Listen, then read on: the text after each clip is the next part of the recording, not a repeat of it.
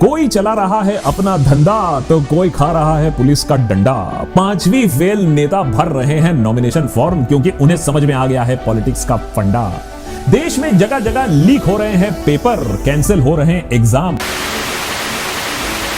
Center announces CBI probe into Jammu and Kashmir sub-inspector recruitment scam. Jammu and Kashmir, 4 more have been arrested by the Central Bureau of Investigation. News now from Jammu and Kashmir, where CBI raids are taking place in the police recruitment scam. FAA paper leak scam that is being investigated by the CBI as well. इस मामले में कई गिरफ्तारियां। जम्मू कश्मीर में अनगिनत नौजवान सड़कों पर उतरे हैं कि सरकारी भर्ती की परीक्षा का काम एक ऐसी कंपनी को क्यों दिया गया जो ब्लैक लिस्टेड की गई है।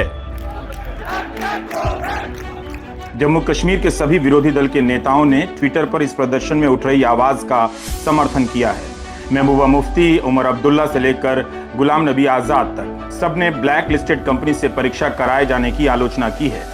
मीडिया में छपी खबरों से जानकारी मिलती है कि JKSSB और मेरिटार्क नाम की कंपनी ने 3 परीक्षाओं का आयोजन करवाया। रद्द हो जाने के बाद जब परीक्षाओं को फिर से करवाने की बारी आती है तो JKSSB एपटेक नाम की कंपनी को टेंडर देता है। नवंबर 2022 की बात है। इस कंपनी पर और अन्य लोगों पर भी फरवरी 2018 में Uttar Pradesh power corporation limited के जूनियर इंजीनियर की भर्ती में धांधली का इल्जाम लगा था और मार्च 2018 में एपटेक को ब्लैक लिस्ट कर दिया गया।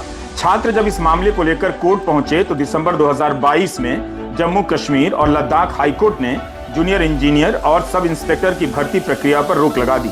सरकार को आदेश दिया कि हाईकोर्ट के रिटायर्ड जज की अगुवाई में एक जांच कमेटी बनाई जाए जो JKSSB के कामकाज। जम्मू एंड कश्मीर से शुरू करते हैं क्योंकि वहां पिछले कुछ सालों में खुशहाली आने वाली थी। युवा पत्थर छोड़कर कलम उठाने वाले थे। JKSSB यानी Jammu Kashmir service selection board 16 मार्च से 5 अप्रैल के बीच में ऑनलाइन एग्जाम्स कंडक्ट कराने वाली है, पर इसमें एक ब्लैक लिस्टेड कंपनी एपटेक भी इन्वॉल्व है जो इस एग्जामिनेशन को कंडक्ट करवाएगी। तो स्टूडेंट्स ने ऑब्वियसली प्रोटेस्ट किया कि भाई इस ब्लैक लिस्टेड कंपनी को कम से कम बाहर निकालो क्योंकि इस पर रिगिंग और धांधली के कई आरोप लगे हुए हैं। खुद JKSSB के क्रेडिबिलिटी पर काफी सवाल हैं। 2019 से अभी तक 4 बड़े सिलेक्शन प्रोसेस में इरेगुलरिटीज के आरोप लगे हुए हैं। यहां तक कि सिलेक्शन लिस्ट कैंसिल हो चुके हैं। CBI तक को इन्वॉल्व होना पड़ा है जब पिछले साल सब इंस्पेक्टर के एग्जामिनेशन का पेपर लीक हो गया। वाह, पुलिस के एंट्रेंस में ही स्कैम।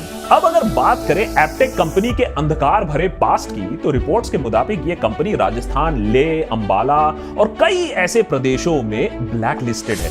कोर्ट में इस कंपनी के खिलाफ धोखाधड़ी का आरोप भी लगाए हुए केसेस चल रहे हैं। बल्कि अभी अभी जनवरी 2023 इस साल में लखनऊ में हो रही CTET एग्जाम के दौरान एपटेक के सेंटर में 3 सॉल्वर्स पकड़े गए। इनसाइड जॉब चल रहा था एग्जाम के बीच में। लेकिन इससे भी बड़ा इनसाइड जॉब एपटेक में 2016 में सामने आया जब एपटेक के बड़े share holder big bull the late Rakesh Jhunjhunwala पर सेबी ने एक्शन लिया। एपटेक के शेयर्स में इनसाइड ट्रेडिंग के केस में 1 करोड़ का फाइन लगाया गया। पैटर्न वही था, यहां पेपर लीक होता है, वहां शेयर होल्डर इंफॉर्मेशन लीक हुई और दोनों जगह मुनाफा कमाया गया। तो आप ही बताइए कि ऐसी कंपनी जो पहले से ही बदनाम है, जिस पर धोखाधड़ी का आरोप लगा हुआ है, जिसको कई स्टेट्स में ब्लैकलिस्ट किया हुआ है, आखिर यही एक कंपनी इस इंपॉर्टेंट गवर्नमेंट एग्जाम के लिए मिली।